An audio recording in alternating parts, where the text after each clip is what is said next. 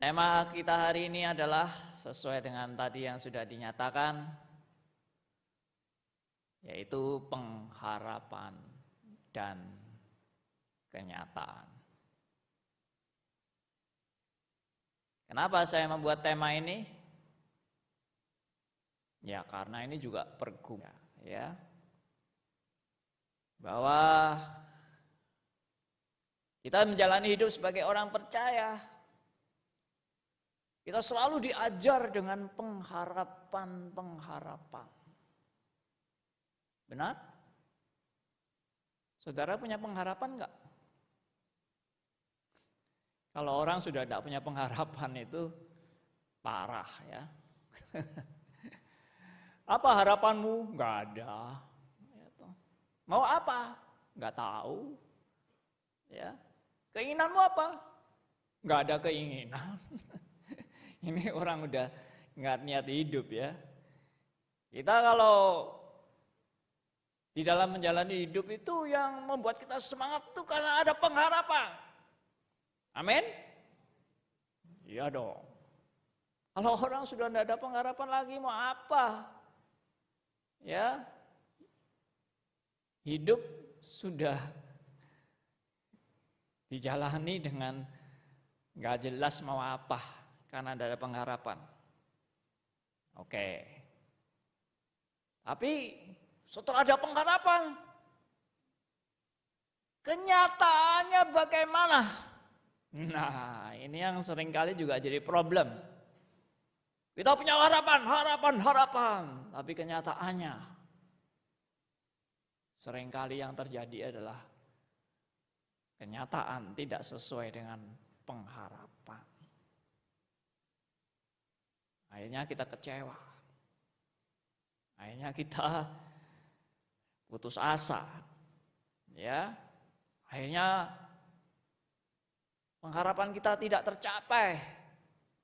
Dan kita mungkin setelah berulang kali menghadapi pengharapan yang tidak tercapai, kecewa, kita takut untuk mempunyai pengharapan.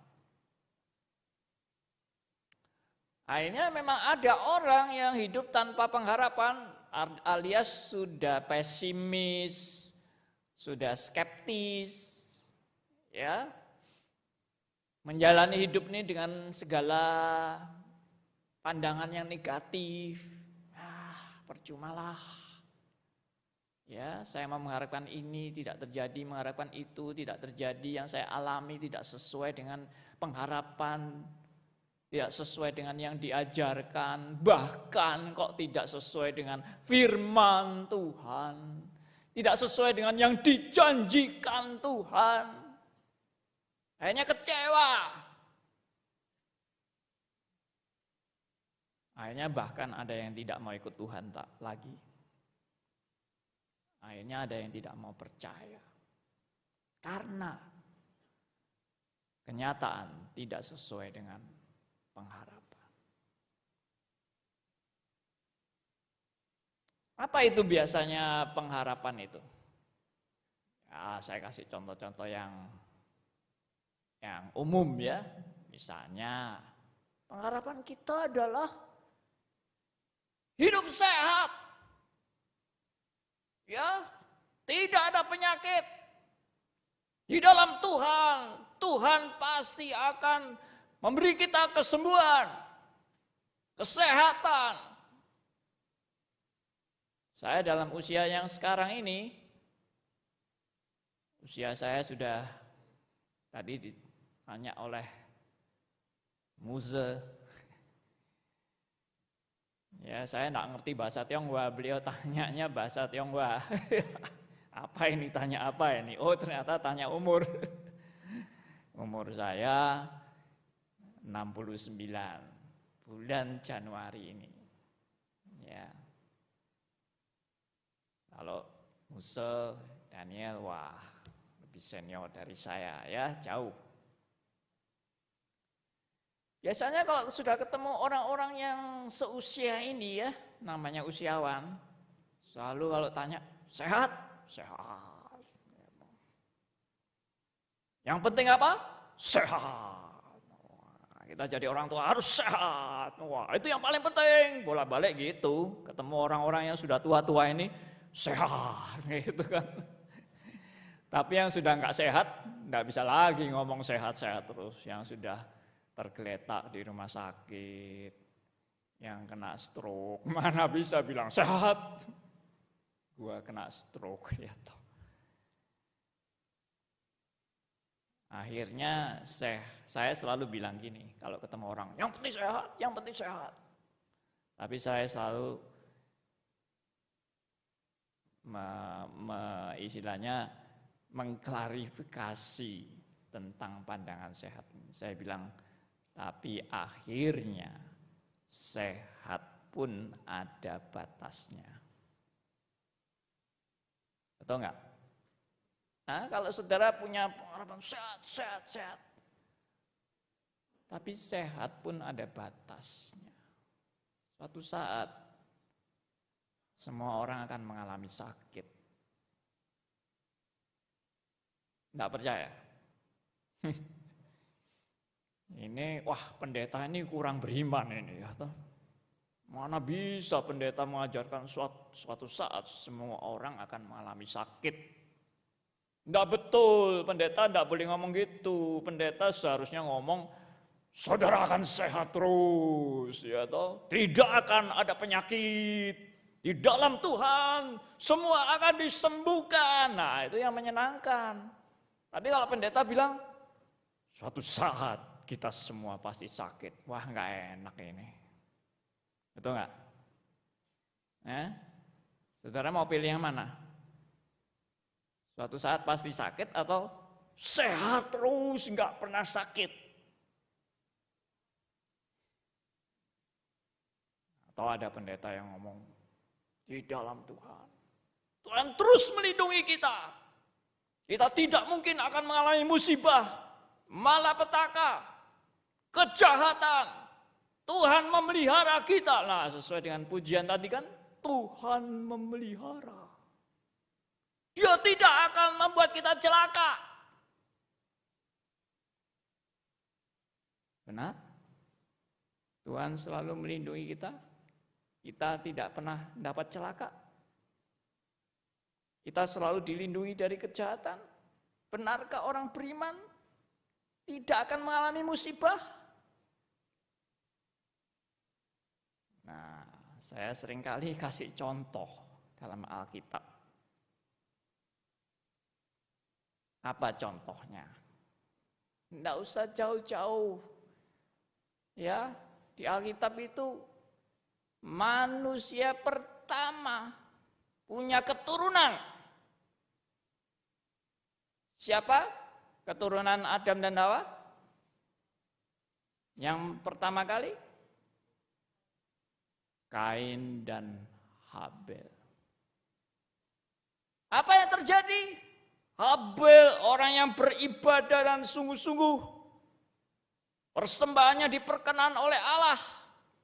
Sedangkan Kain jahat. Dia mempersembahkan, Tuhan tidak menerimanya.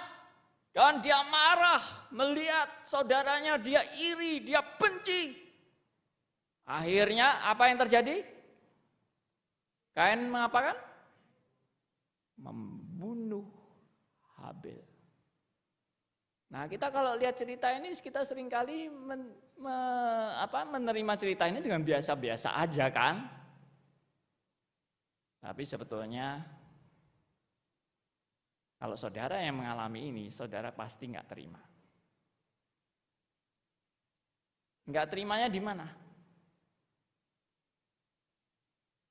Kenapa Habel yang cinta Tuhan? Kenapa Habel yang sungguh-sungguh ibadahnya diterima oleh Allah? Pada waktu Kain mau membunuh Habel, Tuhan tidak melindungi.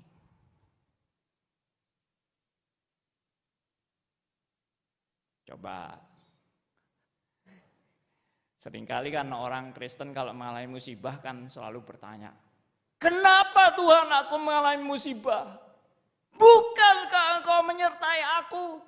Bukankah Engkau melindungi aku? Bukankah kau berjanji untuk memelihara aku daripada yang jahat? Kenapa aku mengalami musibah ini? Padahal musibah pertama kali yang dicatat dalam Alkitab terjadi pada orang yang beriman. Amin. Oh, enggak ada yang amin. Karena takut, waduh, orang beriman kok ngalami musibah. Tapi yang saya katakan ini Alkitab. Alkitab mencatat bahwa orang yang beriman justru yang mengalami musibah. Nah, kenapa enggak tanya? Dari kitab Kejadian yang dibaca ini, kenapa? Tapi kita seringkali menganggap biasa kan, itu hanya cerita. Tapi tidak untuk saya, itu untuk Habel. Tidak untuk saya.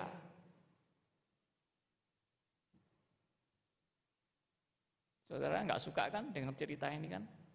Senangnya kan, wah di dalam Tuhan kita dipelihara, kita akan dijauhkan dari segala kejahatan, kita tidak mungkin akan dibunuh. Siapa bilang? Alkitab tidak memberitakan seperti itu. Nah, itulah yang namanya pengharapan tidak sesuai dengan kenyataan.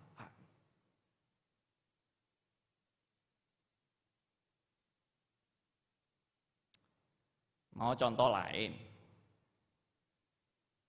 Saya kasih contoh lain. Ya, ini sedikit cerita ilustrasi ya. Ilustrasi ini saya alami sungguh-sungguh. Suatu saat saya itu diminta menjadi pembicara di suatu ya perusahaan kantor lah gitu. Mereka ada persekutuan. Lalu didahului oleh liturgi MC lah ya, yang membawa puji-pujian dan sebagainya. Lalu MC-nya bilang, saudara-saudara, Abraham adalah orang yang setia kepada Tuhan. Betul kan? Ya betul, Abraham orang yang setia pada Tuhan. Karena kesetiaannya, dia diberkati luar biasa sehingga Abraham jadi orang yang kaya raya. Ya loh. Lalu akhirnya MC-nya bilang, siapa dari saudara yang mau hidup seperti Abraham? Angkat tangan. Wah, semua angkat tangan. Karena semua kepingin kaya raya. Betul enggak?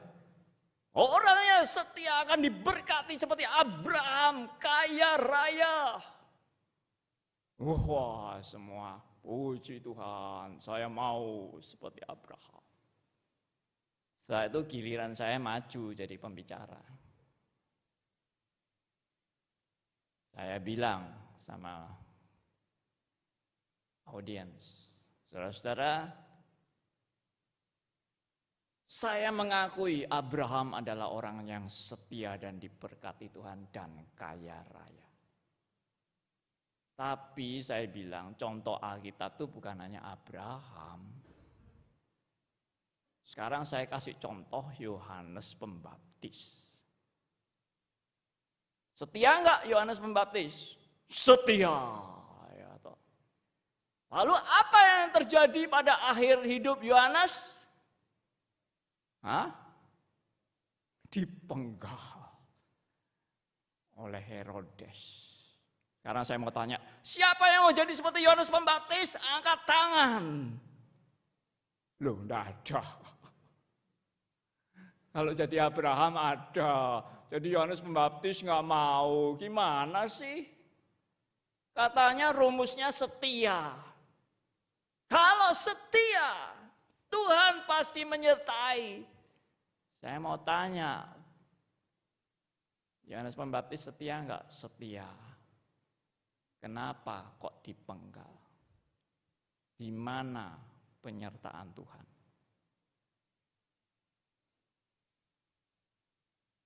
inilah pengharapan dan kenyataan. Salahnya di mana? Oke, sekarang mari kita baca firman Tuhan ya. Mungkin dari tadi ada yang mikir-mikir, ini kok enggak ada firman Tuhannya. Padahal dari tadi saya juga cerita Alkitab loh ya, meskipun enggak dibaca. Oke, sekarang kita buka firman Tuhan dari Roma pasal 5. Ya. Roma pasal 5.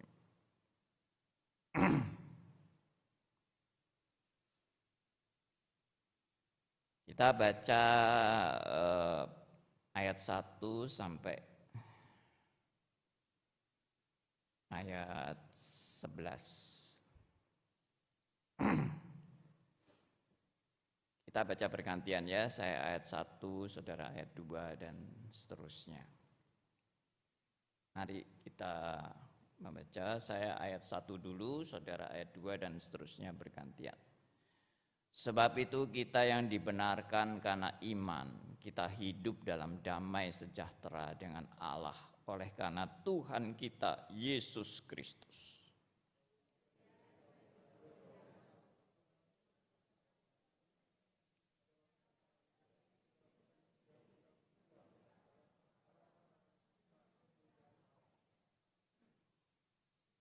Dan bukan hanya itu saja, kita malah berbenggah juga dalam kesengsaraan kita.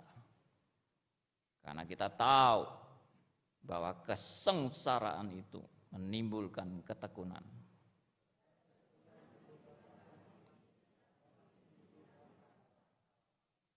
Dan pengharapan tidak mengecewakan. Karena kasih Allah telah dicurahkan di dalam hati kita oleh Roh Kudus yang telah dikaruniakan kepada kita.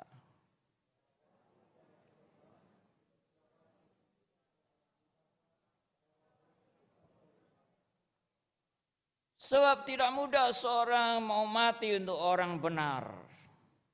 Tetapi mungkin orang yang baik ada orang yang berani mati.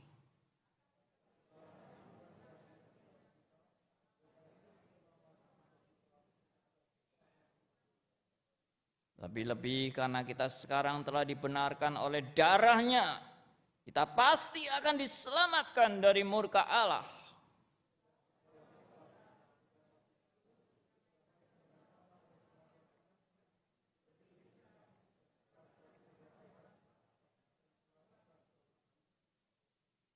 Dan bukan hanya itu saja, kita malah bermegah dalam Allah oleh Yesus Kristus Tuhan kita.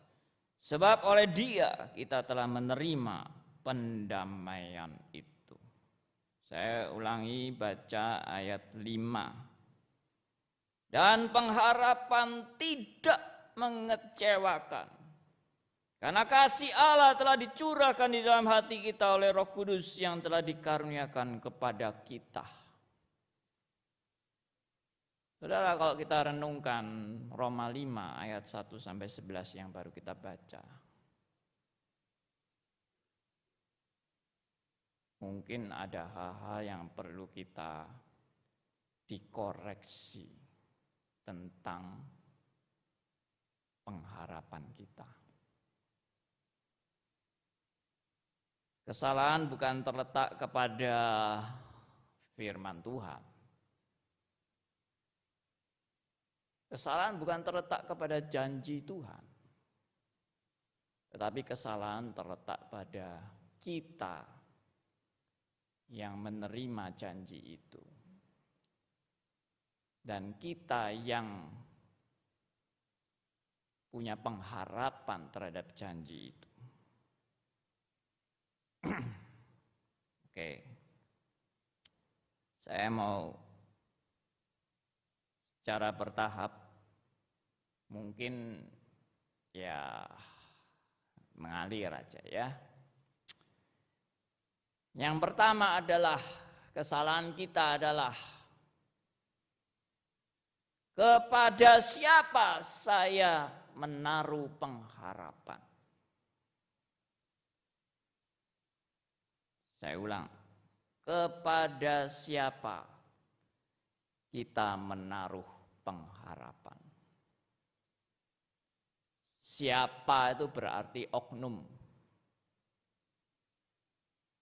Kita mungkin seringkali menaruh pengharapan kepada orang-orang tertentu. Atau juga bukan hanya siapa, tetapi apa dan bagaimana kita mempunyai pengharapan. Kalau siapa dulu itu berarti siapa sih yang sebenarnya sepatutnya kita menaruh pengharapan? Tentunya Alkitab bilang tidak kepada manusia, tetapi kepada Sang Pencipta. Allah yang berdaulat, berkuasa.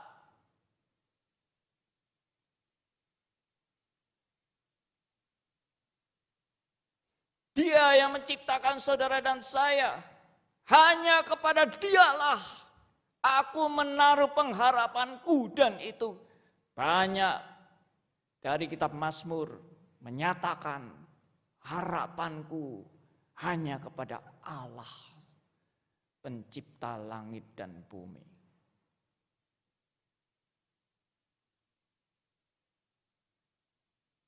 Kita bukan berharap kepada patung-patung.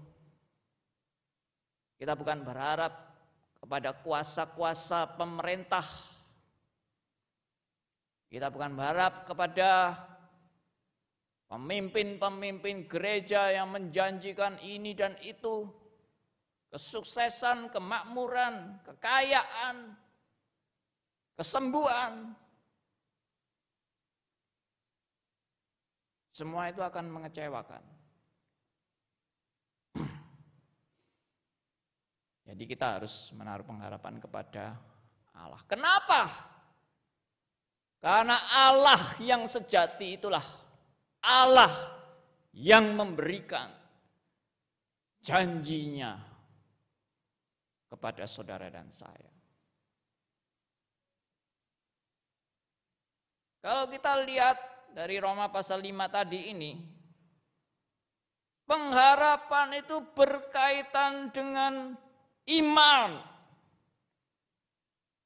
Kita kalau lihat di ayat 1, sebab itu kita yang dibenarkan karena iman, kita hidup dalam damai sejahtera dengan Allah oleh karena Tuhan kita Yesus Kristus.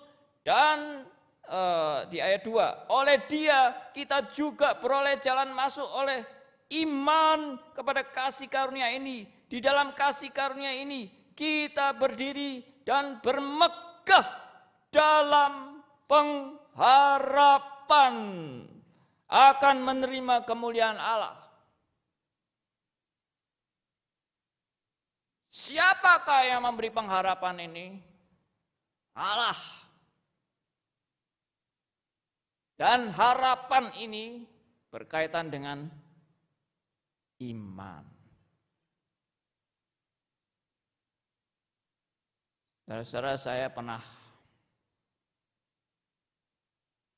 menyatakan suatu kebenaran di dalam status saya di Facebook.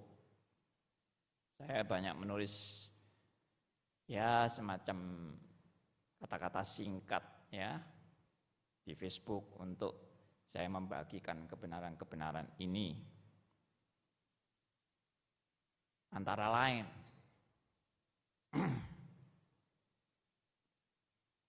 kita punya pengharapan, tapi ternyata kita masih seringkali kecewa. Kita berharap kepada Allah, tapi kita kecewa. Kenapa? Karena kita salah punya pengharapan.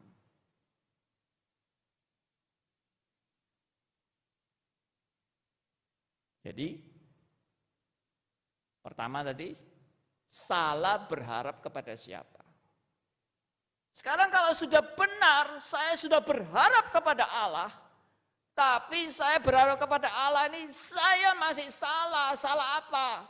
Bukan salah kepada Allahnya, salah berharapnya kepada Allah. Jadi pengharapan saya itu yang keliru. Saya berharap Allah apa?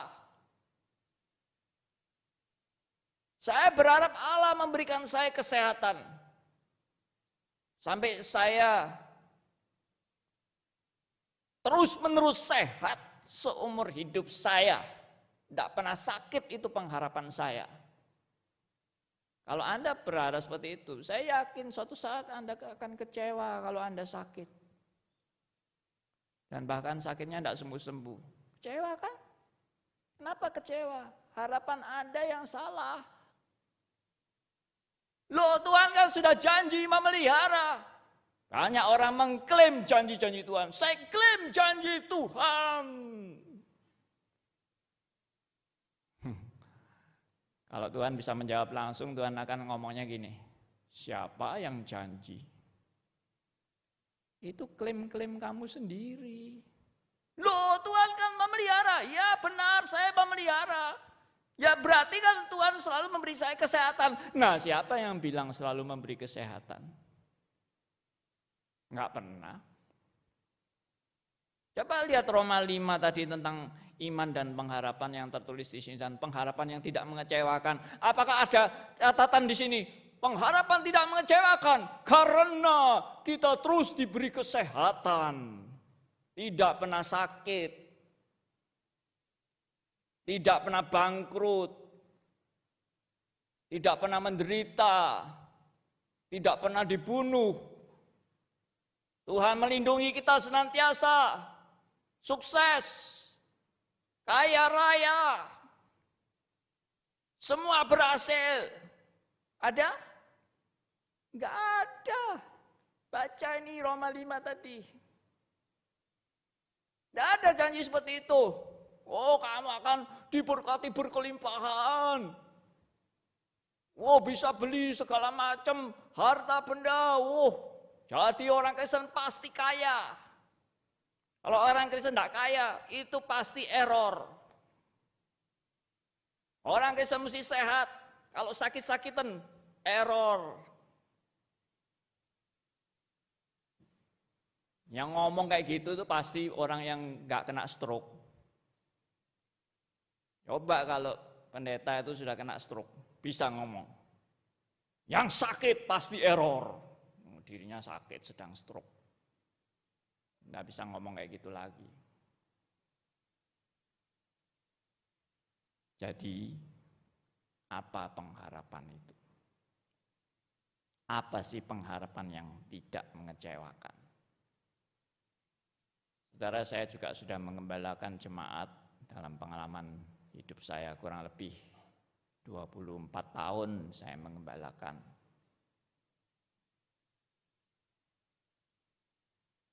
Saya yakin Musa Daniel juga punya pengalaman yang sama. Yaitu apa?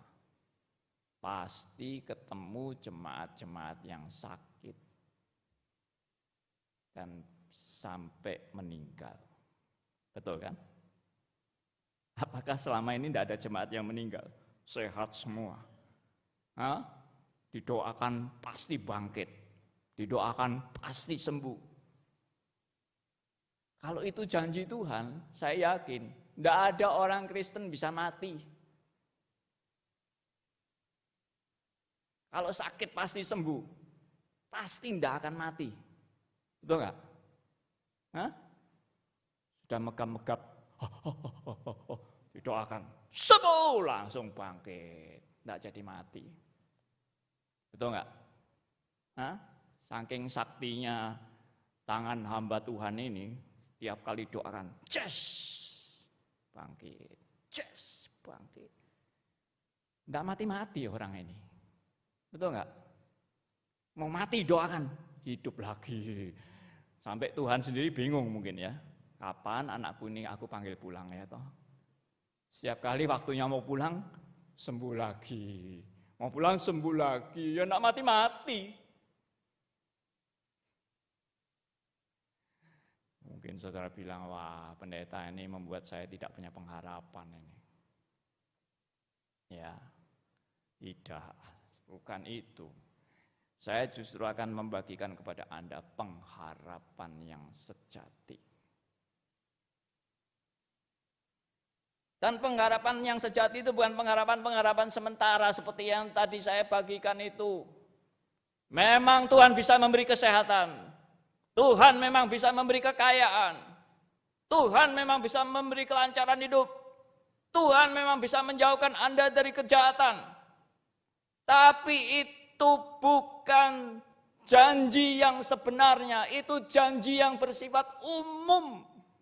Umum itu artinya di dalam anugerah umum Tuhan memelihara semua orang. Siapa bilang yang diberkati hanya orang Kristen? Orang bukan Kristen pun juga diberkati Tuhan. Benar? Yang bisa kaya hanya orang Kristen. Orang nggak Kristen miskin semua. Ngawur aja. Yang bisa sehat hanya orang Kristen. Orang nggak Kristen nggak sehat semua. Ngawur aja. Yang keluarga harmonis hanya orang Kristen. Di luar Kristen, semua keluarga berantakan. Ngawur aja. Itu semua anugerah umum. Tapi kalau orang Kristen ini harapannya hanya kepada anugerah umum, dia nggak ngerti yang namanya benar-benar anugerah yang sejati. Orientasinya hanya orientasi sementara. Aku bisa sehat, aku bisa kaya, aku bisa sukses. Aku tidak terkena penjahat. Aku terus dilindungi. Itu hanya bersifat sementara.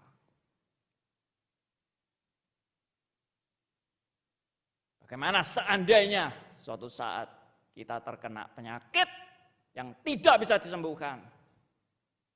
Dokter sudah memvonis hidupmu tinggal 3 bulan lagi. Saya membayangkan orang kalau kena vonis seperti itu sepertinya, aduh, mati aku. Sudah tidak ada pengharapan lagi dalam hidupku. Selesai, finish. Hidupku habis. Karena sudah divonis kanker, mati 3 bulan. Selesai.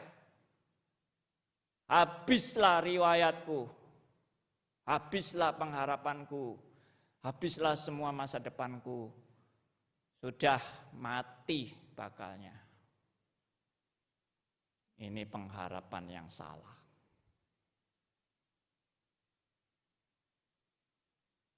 Saudara pikir orang yang divonis dokter 3 bulan mati, itu berarti dia itu cilaka lah kamu. Berarti sial lah kamu. Kamu kena sial, kamu kena celaka. Untung aku nggak kena kanker. Ya toh? Kita seringkali pikirannya gitu kan? Kalau aku enggak, moga-moga aku enggak seperti dialah.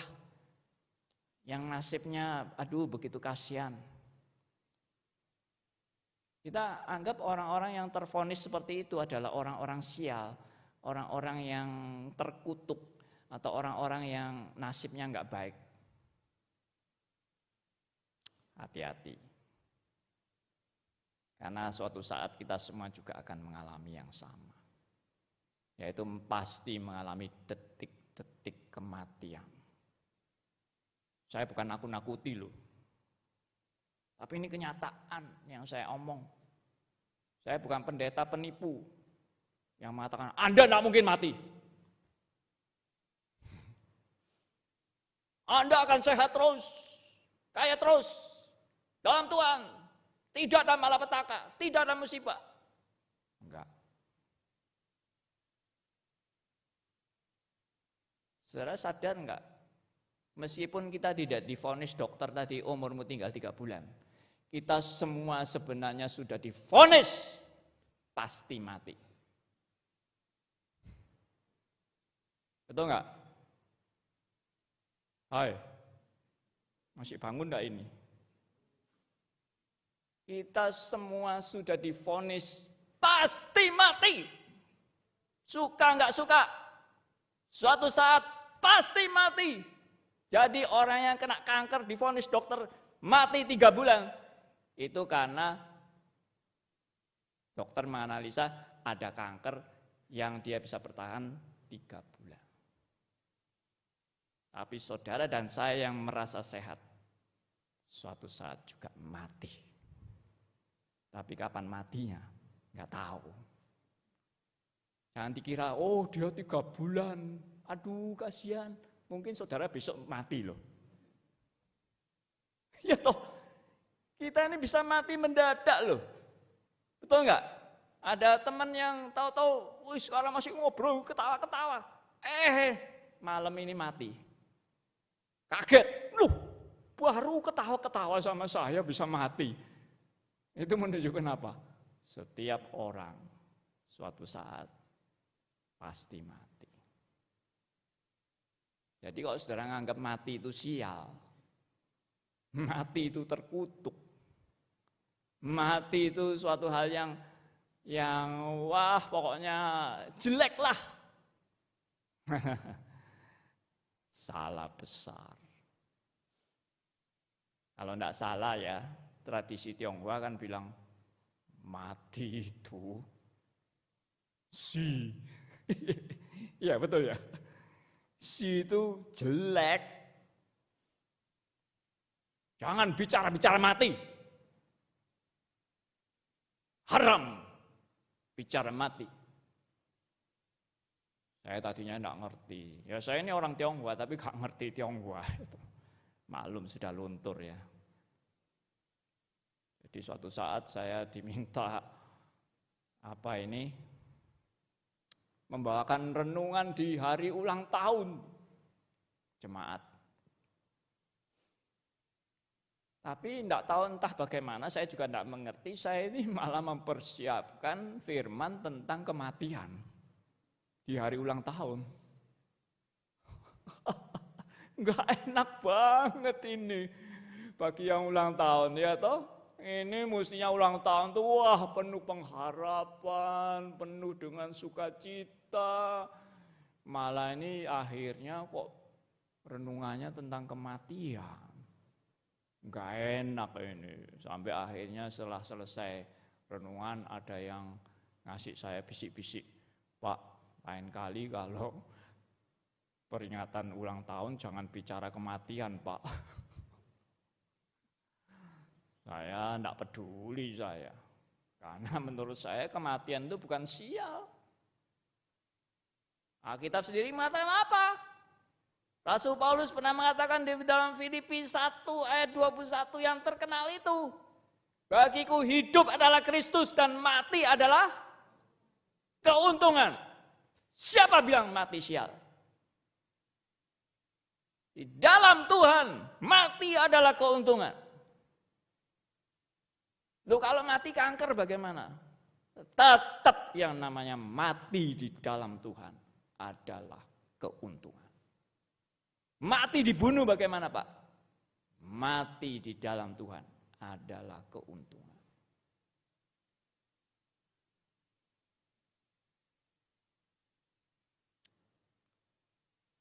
Musa waktu mau masuk Kanaan, Tuhan bilang, Musa sampai di sini aja, kamu enggak usah masuk Kanaan. Musanya kecewa, Musanya menangis, Tuhan aku ini sudah mati-matian loh menuntun bangsa yang tegar tengkuk ini, keras kepala ini. Aku sudah menderita sedemikian rupa, sekarang mau masuk kok aku enggak boleh. Wes pokoknya enggak boleh, jangan protes. Aduh, Musa sedih ya toh, kenapa Tuhan kok kejam gitu ya. Ini kan pengharapan kita masuk Kanaan. Aku ingin masuk, aku punya pengharapan. Tetap tidak. Akhirnya Musa mati. Kejam ya Tuhan itu ya. Orang sudah berkorban sedemikian rupa, memimpin bangsa yang kurang ajar, tegar tengkuk, tidak tahu terima kasih ini. Pemimpinnya nggak boleh masuk. Aduh, bagaimana sih ini? Tuhan ini.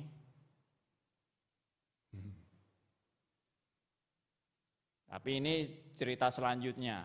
Cerita selanjutnya ini tidak ada di Alkitab, tapi ini karangan saya, ya toh. Saudara nanti jangan cari di Alkitab loh ya. Wah, cerita selanjutnya. Setelah Musa mati, apa yang terjadi di surga? Ini hanya imajinasi. Imajinasinya gini, setelah Musa masuk surga, Musa diperlihatkan Tuhan. Nih lihat bangsamu itu, yang kamu cinta itu, masuk Kanaan. Ya toh, setelah masuk Kanaan, zaman hakim-hakim. Apa yang terjadi di zaman hakim-hakim? Bangsa ini berbuat menurut kemauannya sendiri dan tidak peduli dengan Tuhan. Lalu zaman raja-raja, apa yang terjadi zaman raja-raja? Oh, ada Raja Saul, ada Raja Daud, ada Raja Salomo, kemudian bangsa ini pecah, kerajaannya pecah. Habis pecah, kemudian dijajah oleh bangsa kafir. Nah, setelah Tuhan kasih tahu sejarah ini kepada Musa, Tuhan tanya, kamu masih ingin kembali ke dunia? Kira-kira jawaban Musa apa? Kamu sudah merasakan surga sekarang? Dan kamu masih kepengen di dunia ini? Pasti Musa jawab, oh tidak jadi.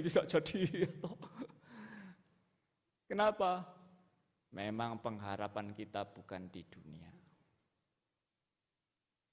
Itulah pengharapan orang Kristen yang salah. Seringkali pengharapannya ditaruh cuma di dunia. Kalau pengharapan kita cuma ditaruh di dunia ini, pasti kita kecewa. Karena itu seringkali saya menghibur dan memberi kekuatan kepada teman-teman yang sudah divonis oleh dokter mati karena kanker. Saya katakan, jangan takut mati. Karena mati di dalam Tuhan adalah kebahagiaan.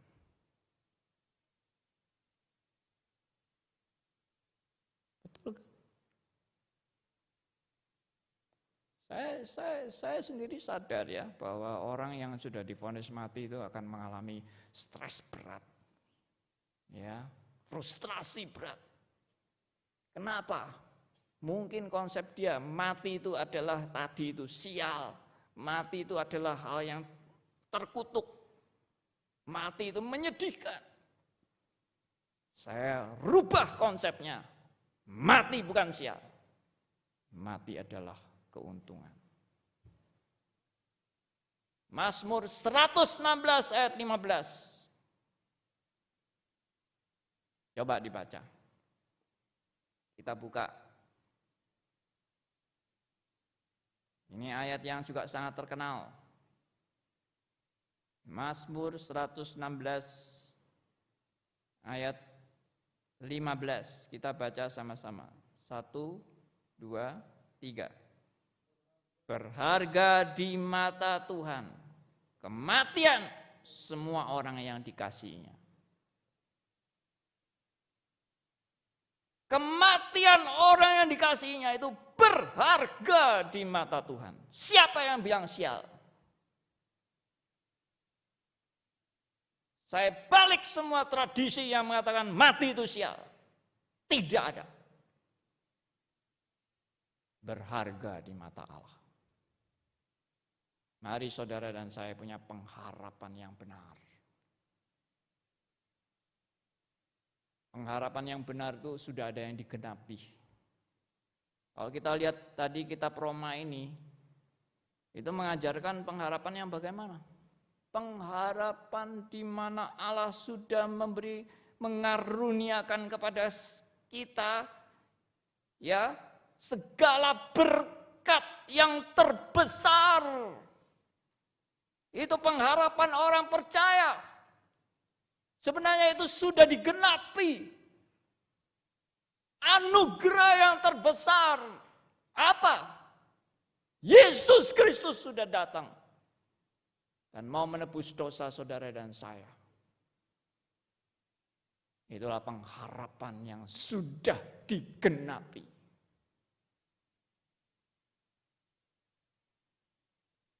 Itu harta yang terbesar bagi orang percaya. Harta terbesar adalah Tuhan mengaruniakan anaknya yang tunggal. Tidak ada yang lebih besar daripada harta ini. Kalau saudara masih punya pemikiran, oh aku mesti kaya, oh aku mesti sehat, oh aku mesti sukses, apa segala macam. Harta terbesarmu masih belum benar-benar dipahami. Yaitu Yesus Kristus mau mati bagi Anda dan saya. Karena itu saya juga memberi penghiburan kepada orang-orang yang sedang menghadapi kematian ini. Pandanglah kepada salib Kristus. Itulah bukti dari kasih Allah. Saudara, Allah membuktikan kasih-Nya bukan membuat Anda tidak sakit, membuat Anda kaya, membuat Anda sukses. Itu bukti kasih Allah. Alkitab tidak mencatat itu sebagai bukti kasih Allah. Bukti kasih Allah adalah satu-satunya, yaitu Allah sudah mengaruniakan anaknya yang tunggal. Itu bukti kasih Allah. Kita jangan menggeser yang namanya kasih Allah ini dengan cuma janji-janji yang bersifat sementara. Itu oke. Kasih dalam anugerah umum, yes.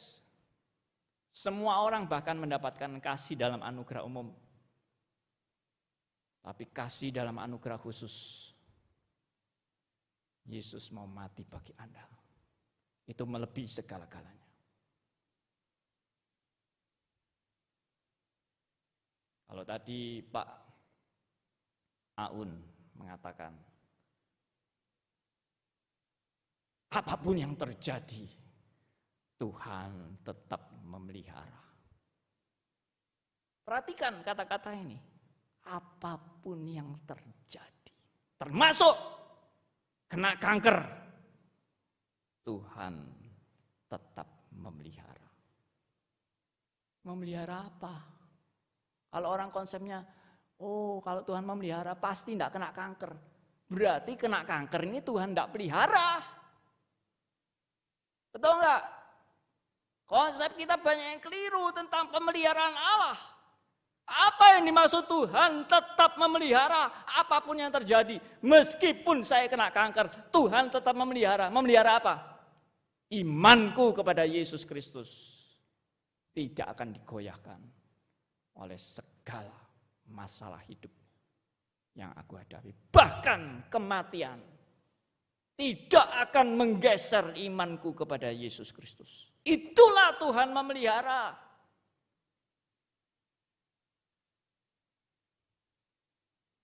Kalau Anda punya konsep Tuhan memelihara, saya tidak bakal sakit, saya tidak bakal kena malapetaka, musibah, kematian.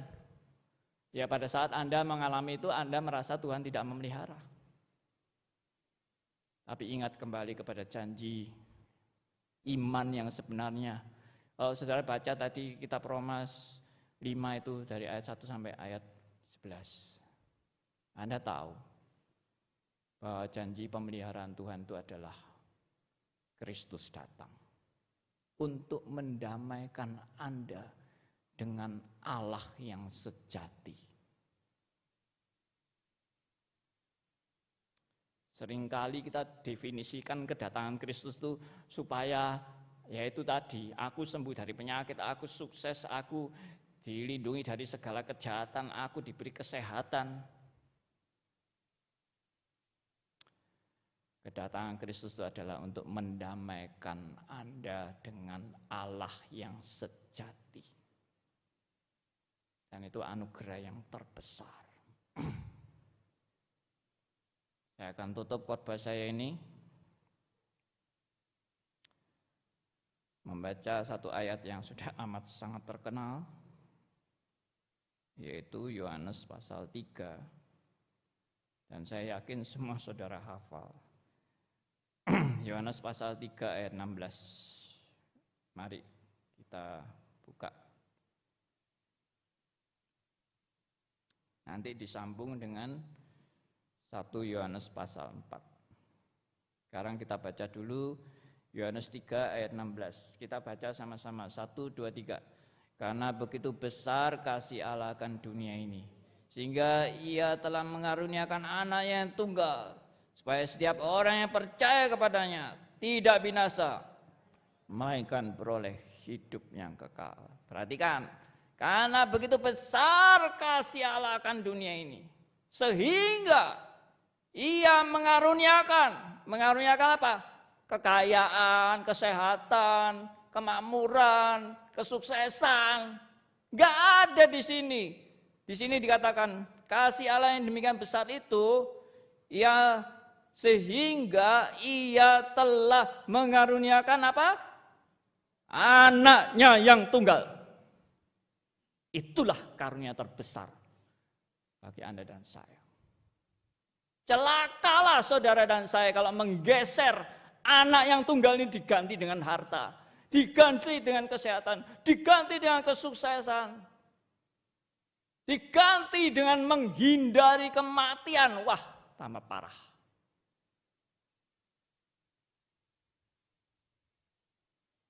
Saya pernah mengatakan bahwa kematian itu adalah gerbang untuk kita menuju pada penggenapan keselamatan seutuhnya.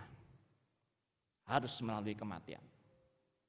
Kalau saudara tidak mau mati, saudara tidak pernah mengalami penggenapan keselamatan yang seutuhnya dan yang sempurna. Keselamatan selama di dunia ini adalah keselamatan yang belum benar-benar disempurnakan. Meskipun sudah selamat. Tapi kesempurnaan itu akan kita dapatkan setelah kita mati. Tidak mau mati, tambah rugi. Tapi jangan sebaliknya ya bilang, wah kalau gitu aku tak bunuh diri ya Pak. Supaya cepat dapat keselamatan. Itu pun tidak benar. Karena Tuhan tidak pernah mengajarkan waktu itu kamu yang menentukan. Tidak. Waktu Tuhan yang menentukan. Kapan aku harus hidup? Hidup bagi Kristus. Kapan aku harus mati? Mati adalah keuntungan. Puji Tuhan. Sekarang terakhir 1 Yohanes pasal 4.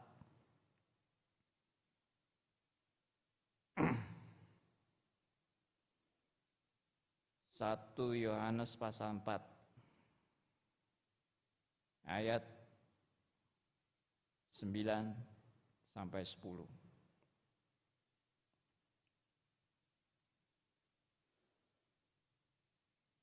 Mari kita baca sama-sama. 1 Yohanes 4 ayat 9. 1, 2, 3. Dalam hal inilah kasih Allah dinyatakan di tengah-tengah kita, yaitu bahwa Allah telah mengutus anaknya yang tunggal ke dalam dunia supaya kita hidup olehnya. Inilah kasih itu. Bukan kita yang telah mengasihi Allah, tapi Allah yang telah mengasihi kita dan yang telah mengutus anaknya sebagai pendamaian bagi dosa-dosa kita. Apa definisi kasih? Bukan Anda sehat, bukan Anda kaya, bukan Anda sukses, bukan Anda tidak akan mendapat celaka, bukan Anda tidak akan mendapat kematian. Bukti kasih Allah adalah Allah sudah mengutus anaknya yang tunggal ke dalam dunia supaya kita hidup olehnya. Puji Tuhan.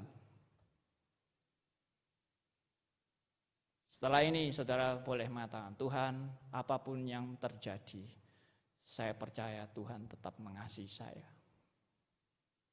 Buktinya apa? Kristus sudah mati buat saudara dan saya. Saya tetap percaya Tuhan mengasihi saya meskipun saya harus menghadapi kematian. Kenapa? Karena kematian sangat berharga di mata Allah. Kematian orang yang dikasihinya. Amin. Mari kita berdoa.